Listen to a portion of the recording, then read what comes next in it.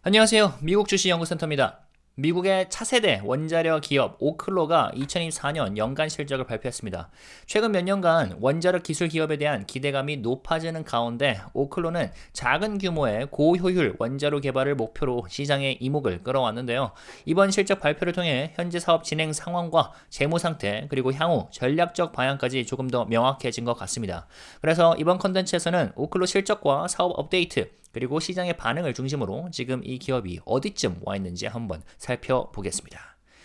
2024년 오클로는 7,360만 달러의 순손실을 기록을 했습니다. 전년 대비 손실 규모가 2배 이상 늘어난 수치인데요. 전년도 손실은 3,210만 달러 수준이었죠.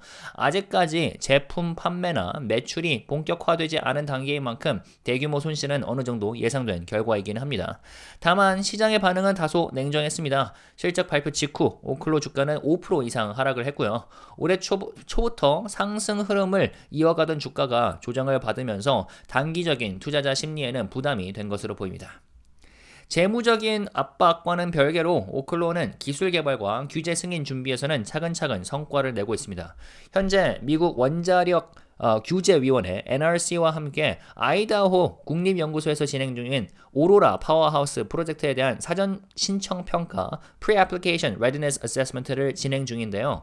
이 단계는 사업용 원자로 구축을 위한 본격적인 허가 절차의 전초전이라고 보시면 됩니다. 오로라 파워하우스는 소형 고속 원자로로 원격지나 산업용 부지, 데이터 센터 등의 분산형 에너지원으로 공급될 수 있는 설계입니다. 오클로는 이 프로젝트를 통해 작고 빠르게 배치 가능한 원자력이라는 새로운 시장 카테고리를 개척하겠다는 목표를 세우고 있고 현재까지는 규제 당국과의 협의가 순조롭게 진행되고 있는 것으로 보입니다.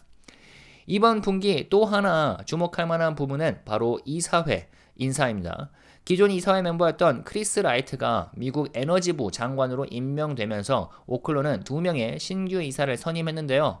전 오바마 행정부의 에너지부 부장관이었던 다니엘 포너먼과 테크 및 스타트업 투자를 이끌어온 마이클 톰슨이 그 주인공입니다.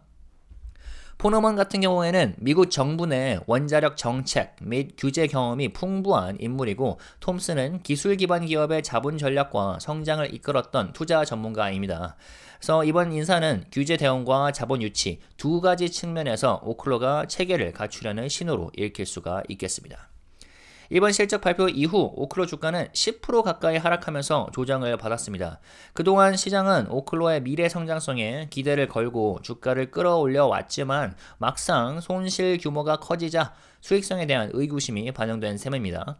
그럼에도 올해 오클로 주가는 여전히 32% 상승한 상태이고 지난 1년 동안은 160%가 오른 상태죠. 아직 매출이 발생하지 않는 기업인 만큼 당분간은 규제 허가, 프로젝트 진행, 자금 조달 등 비재무적 뉴스에 따라 주가가 민감하게 움직일 가능성이 높아 보이는데요. 단기적으로는 전 저점인 23달러 구간을 지켜주는 게 중요할 것 같고 여기가 뚫린다면 20달러 혹은 그 밑으로까지 열어둬야 할 것 같습니다. 자, 오클로는 분명히 아직 실험 단계에 가까운 기업입니다. 제품이 상용화되지 않았고 매출도 없고 손실은 커지고 있죠. 단기적으로만 본다면 투자에 신중할 필요가 있는 종목입니다.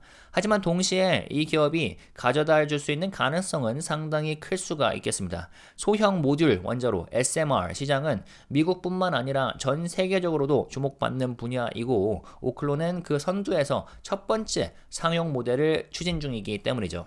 이사회 재정비와 규제기관 과외, 관계 구축, 기술 실증 등 주요 조건들이 하나씩 충족되어 간다면 중장기적인 관점에서는 투자 매력이 점차 높아질 수도 있을 것 같습니다.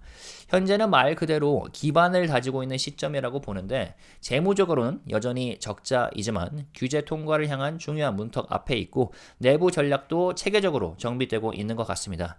지금 당장 수익을 내는 기업은 물론 아니지만 향후 10년간 원자력 에너지 패러다임을 바꿀 수 있는 후보 중 하나로는 충분히 자리 잡을 수 있겠죠. 물론 그러기 위해서는 재정적으로 살아남아야겠지만요. 지금 현재로서는 저는 개인적으로 패스하겠지만 하이리스크 투자를 좋아하시는 분들이라면 관심 있게 지켜볼 만한 기업인 것 같고요.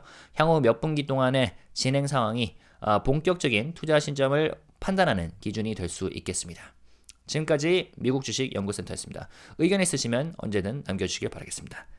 구독과 좋아요 그리고 댓글 남겨주시고 알림 설정까지 하신 다음에 흥미로운 미국 주식 업데이트 매일 받아보시면 되겠습니다. 감사합니다.